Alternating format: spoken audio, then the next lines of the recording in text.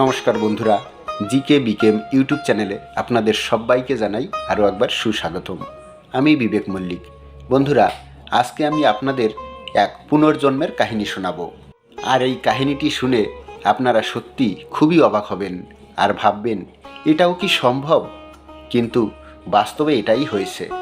চলুন তাহলে আর বেশি দেরি না করে কাহিনীটি এবারে শুরু করা যাক।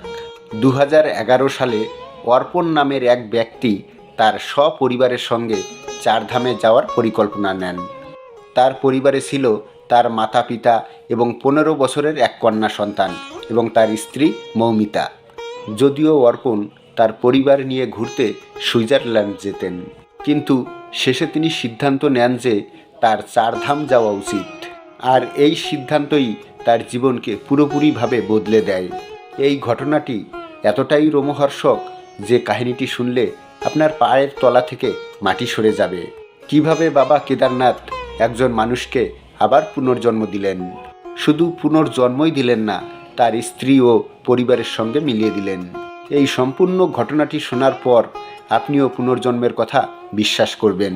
আপনাদের কাছে একটি ছোট্ট অনুরোধ করব, ভিডিওটি শেষ পর্যন্ত দেখুন, কারণ ভিডিওটির একটি অংশ স্কিপ করলে হয়তো ঘটনাটি সম্পূর্ণ বুঝতে পারবেন না। আর বন্ধুরা, ভিডিওটি একটি লাইক করে কমেন্ট বক্সে লিখুন জয় বাবা কেদারনাথ। 2011 সালের আগস্ট মাসের ঘটনা, যখন অর্পণ ও তার পরিবার গঙ্গোত্রী, যমুনাত্রী ও বৈদ্যনাথ ধাম পরিক্রম করে ফিরে আসেন এবং তখন বাকি ছিল শুধু কেদারনাথ। ওই সময় চারিদিকে হালকা হালকা বৃষ্টি হচ্ছিল, আকাশ ভর্তি মেঘ, সূর্য একদমই দেখা যাচ্ছিল না। কিন্তু দেখতে দেখতে বৃষ্টির মাত্রা বাড়ছিল। সমস্ত ভক্তদের মধ্যে প্রবল উৎসাহ ছিল। এইদিকে হর হর মহাদেবের ধ্বনি শোনা যাচ্ছিল। মহাদেবের দর্শন করার জন্য অর্পণ ও তার পরিবার পায়ে হেঁটেই যাত্রা করছিলেন। আর যখন তারা উপরের দিকে এগোচ্ছিলেন, তখন তাদের মনে অদ্ভুত কিছু দোলা দিচ্ছিল। প্রকৃতির এমন অবস্থা দেখে তাদের মনে কুভাব ডাকছিল। ইতিমধ্যেই তার পাশে মন্দাকিনী নদী দেখলেন, যা দেখে তারা অনেকটাই ভয়ভীত হয়ে গেলেন, কারণ মন্দাকিনীর জলের স্তর ও তার প্রবাহ আগের থেকে অনেকটাই বেড়ে গিয়েছে। আর জলের স্তর এতটাই বেড়ে গিয়েছে যা দেখে তারা খুবই ভয় পাচ্ছিলেন। কিন্তু তারা যেহেতু বাবাকে দর্শন করতে এসেছেন, তাই সেই নদীর দিকে আর বেশি তারা নজর দিলেন না। কিন্তু দুটোর সময় হঠাৎ করেই এক তীব্র ভয়ঙ্কর শব্দ শুনতে পাওয়া যায়। এমনটা মনে হচ্ছিল, মনে হয় বড় কোনো বিস্ফোরণ হয়েছে। সেই আওয়াজটি আসলে ছিল কেদারনাথ মন্দিরের উপরে বাদল ফাটার। সেখানে এক ভয়ঙ্কর বাজ পড়েছিল। কেদারনাথে সারা বছরে যে বৃষ্টি হতো, তার 70% বৃষ্টি 18 এবং 19 আগস্ট হয়। 18ই আগস্টের দিন অর্পণ তার পরিবারের সঙ্গে কেদারনাথের যাত্রা করেছিলেন। তখনই তারা দেখতে পেলেন যে নদীর জলস্তর ভয়ঙ্কর বৃষ্টির কারণে বেড়েই চলেছে। তিনি তার পরিবারকে সুরক্ষিত রাখার জন্য আরও উঁচুতে উঠতে শুরু করলেন। কিন্তু তখনই তারা যা দেখলেন সেই দৃশ্য আরও ভয়ানক ছিল। মন্দাকিনী নদী প্রচণ্ড তার প্রবাহে সব কিছু বয়ে নিয়ে যাচ্ছিল। বড় বড় গাছপালা, ছোটোখাটো হোটেল, এই সব কিছুই গ্রাস করছিল। এই ভয়ঙ্কর জলস্রোতের সঙ্গে সঙ্গে আসবাবপত্র ও বহু মানুষ ভেসে যাচ্ছিলেন। কিন্তু এখনও পর্যন্ত অর্পণের সপরিবার সুরক্ষিত ছিল।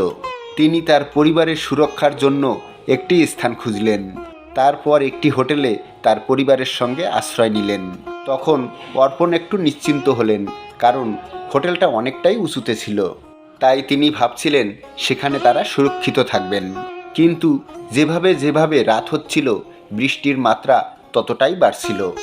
আর এখন দেখতে দেখতে বন্যার জল হোটেল পর্যন্ত পৌঁছে গিয়েছিল, যার প্রভাব অর্পণ ও তার পরিবারের উপর পড়েছিল। আর যখন সকাল হলো, তখন অর্পণের মাতা পিতা হোটেলের একটি নিরাপদ জায়গায় আটকেছিলেন। অর্পণের স্ত্রীও একটি গাছের কাছে আটকেছিলেন। যখন তাদের সবার জ্ঞান ফিরল, তখন মৌমিতা প্রথমে তার বাচ্চাকে খুঁজতে লাগলেন। কিছুক্ষণ খোঁজাখুঁজি করার পর মন্দিরের ভিতরে একটি সুরক্ষিত স্থানে মৌমিতা তার বাচ্চাটিকে দেখতে পেলেন। অর্পণের সপরিবার সবাই সুরক্ষিত ছিল, কিন্তু অর্পণ এখনও কোথায় আছে তার খোঁজ তারা পায়নি। চারিদিকে অনেক খোঁজাখুঁজি করার পরেও অর্পণকে আর খুঁজে পাওয়া গেল না। পরিবারের সবাই তখন কান্না করতে লাগলেন। সেখানে লাখ লাখ এমন লোক ছিলেন যারা তাদের আপনজনকে হারিয়ে ফেলেছেন।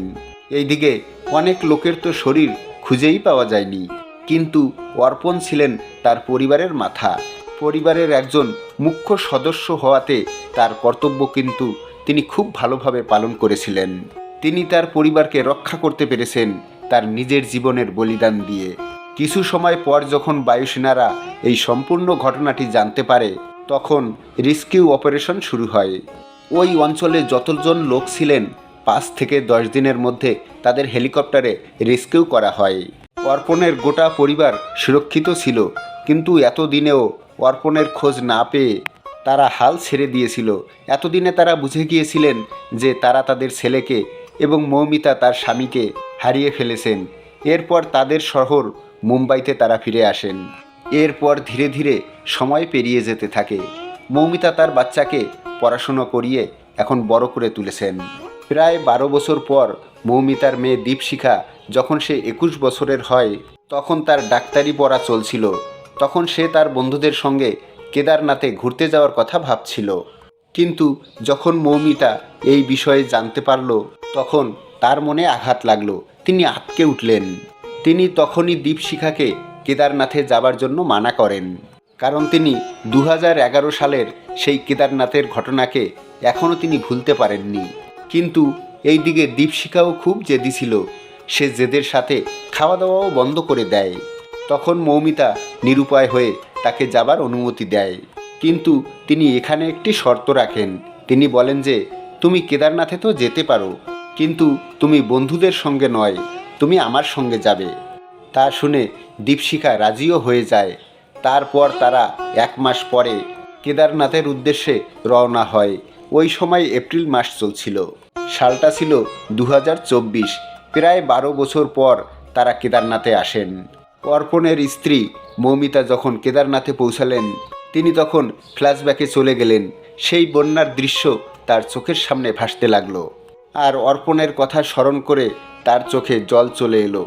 কিন্তু মৌমিতা নিজের সন্তানের ইচ্ছা পূরণের জন্য শত প্রতিকূলতা থাকা সত্ত্বেও তার মেয়েকে ভালো মতো বাবা কেদারনাথের দর্শন করালেন। কিন্তু তখনই সেখানে একটি বড় চমৎকার ঘটে, আর এই চমৎকার পুনর্জন্মের ঘটনার সঙ্গে জড়িত আছে। মৌমিতা কেদারনাথে একটি বাচ্চাকে দেখতে পায়। বাচ্চাটি সেখানে ফুল বিক্রি করছিল। বাচ্চাটির বয়স 11 থেকে 13 বছর হবে। কিন্তু যখনই সেই বাচ্চাটিকে মৌমিতা দেখল, তখনই তার হাবভাব বদলে গেল। মৌমিতার ওই বাচ্চাটিকে দেখে মনে হলো সে তাকে অনেক বছর ধরে চেনে। মৌমিতা যখন বাচ্চাটির কাছে গেল, তখন ওই বাচ্চাটির হঠাৎ করে মাথা ঘুরতে শুরু করলো, আর সেখানেই সে অজ্ঞান হয়ে পড়ে যায়।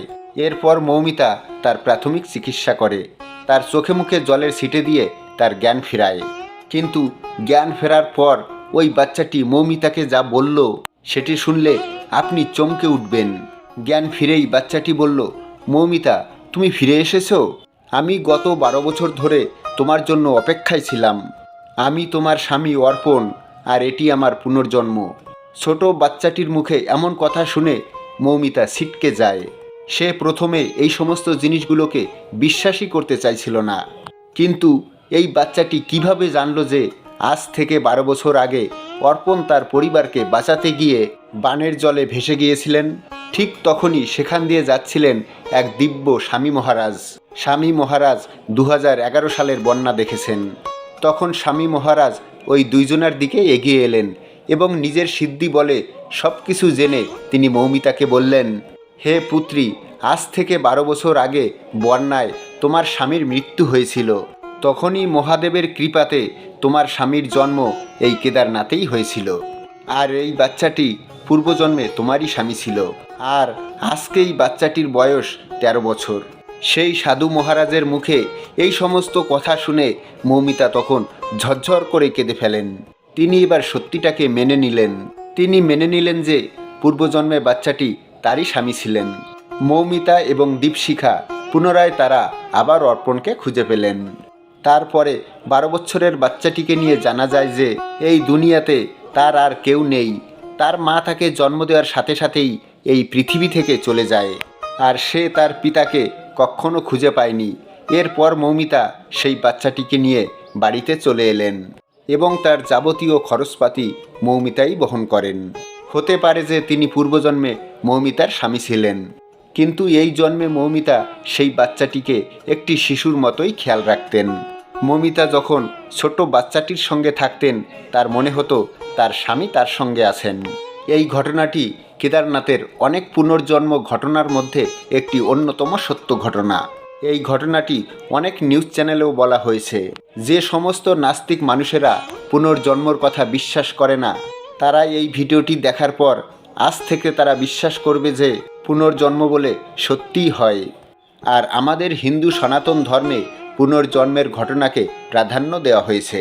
বন্ধুরা, কেমন লাগলো আজকের এই সত্য ঘটনাটি? যদি ভালো লেগে থাকে তাহলে ভিডিওতে অবশ্যই একটা লাইক করে দেবেন আর কমেন্ট বক্সে লিখবেন হর হর মহাদেব।